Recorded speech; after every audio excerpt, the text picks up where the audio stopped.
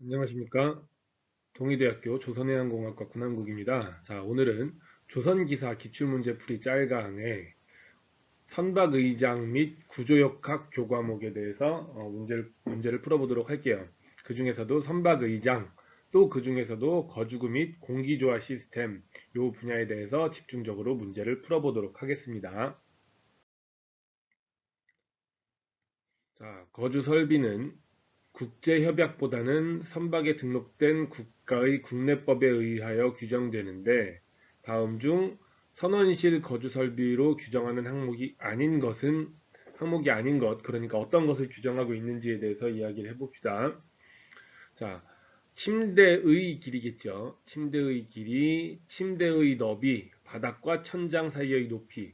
자, 요런 것들은 사실 좀 작거나 아니면은 뭐 높이가 낮거나 그러면 선원들이 생활하는데 아주 불편함이 많겠죠. 그래서 요 세 가지는 국내법에 의해서 규정이 되어 있습니다. 그런데 의자의 면적은 국내법에 의해서 규정이 되어 있지 않아요.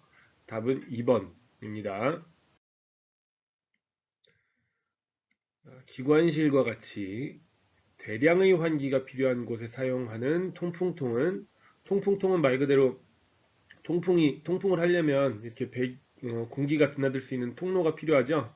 그 끝부분에 장착하는 어떤 통을 이야기합니다. 통풍통인데 그 형상에 따라서 이런 식으로 구분을 해요. 버섯형, 곡가령, 구스넥형 이런 식으로 되어 있습니다. 그래서 버섯형은 배의 거주구역이나 창고 등 소규모 구역에 사용되는 버섯 모양의 통풍통입니다. 그래서 기계식 통풍 장치에 많이 채택이 되고요. 주로 배기용입니다. 배기용. 고가령 통풍통은 화물창이나 기관실에 사용되는 고깔 모양의 통풍통입니다. 화물창이나 기관실 좀 큰 곳이죠. 자연 통풍에만 사용을 하고요. 배기도 되고 흡기도 됩니다. 거위목형은 각종 탱크와 거주군의 소구회 사용이 되고 일반적으로 배기용입니다. 배기용. 거위목형은 구스넥이죠. 예, 구스가 뭡니까? 거위잖아요. 거위. 그러니까 거위목형입니다. 자, 기관실과 같이 대량의 환기가 필요한 곳에 사용되는 것은 고가령입니다. 그래서 답은 나번이죠. 선박 구획 중 송풍기로 강제 배기해야 되는 곳은 어딘가? 자, 정답을 말씀드리면 조리실입니다. 조리실. 조리실에서 각종 뭐 요리를 하거나 작업을 할 때 나오는 유해한 물질이 섞인 공기들은 강제로 배기해야 되기 때문에 조리실에 강제 배기 장치가 설치되어 있어야 합니다. 그 이외에 일반 화물창이나 기계실이나 선실에는 송풍기로 강제 배기해야 될 필요는 없습니다.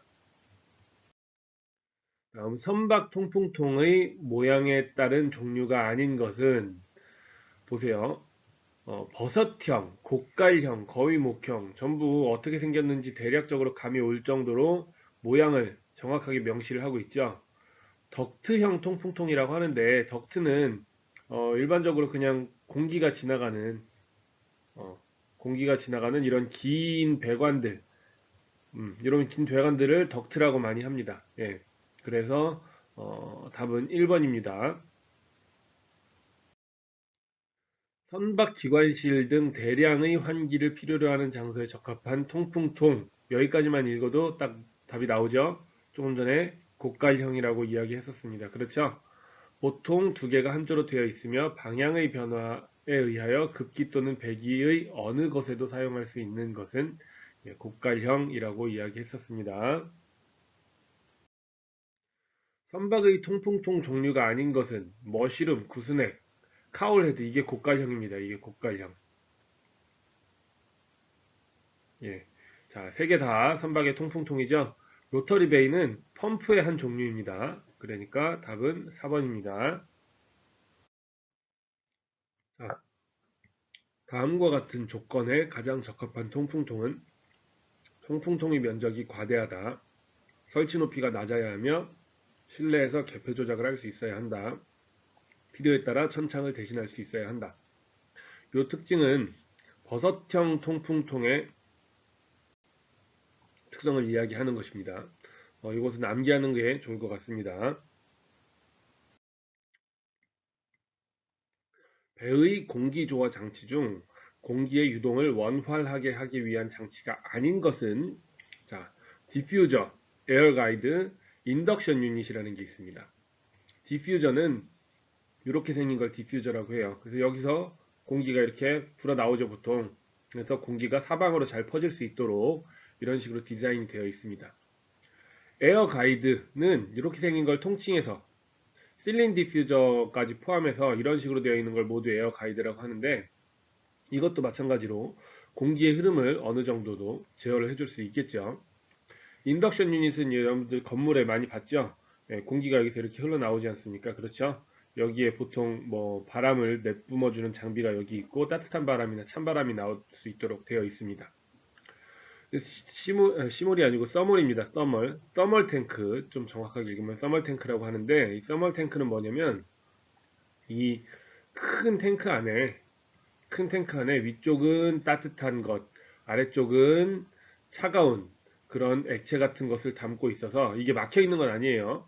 그래서 이 뜨거운 부분에 열이 많이 저장이 되거나 찬 부분에 열이 많이 저장되거나, 아니죠, 뜨거운 부분에 열이 적게 저장되거나 그런 식으로 높낮이를 변화시켜 가면서 열을 저장하는 그런 탱크를 서멀 탱크라고 합니다. 그래서 열을 이렇게 한 곳에 모아 놓을 수 있도록, 그래서 우리가 필요할 때 열을 꺼내 쓰거나 아니면은 찬 기운을 꺼내 쓰거나 할 수 있도록 해 놓은 것이 서멀 탱크입니다. 그래서 답은 3번입니다. 펑커 루버는 선박의 어떤 장치에 관계되는 것인가? 자, 펑커 루버에 대해서 제가 좀 찾아봤는데, 목을 움직여서 토출 공기의 방향을 바꿀 수도 있고 토출구에 달려있는 댐퍼로 풍량 조절을 쉽게 할 수 있다. 이런 것이 펑커 루버라고 합니다. 공기 저항이 크다는 단점이 있으나 주방, 공장 등 극소 냉방에 주로 사용된다. 자, 어때요?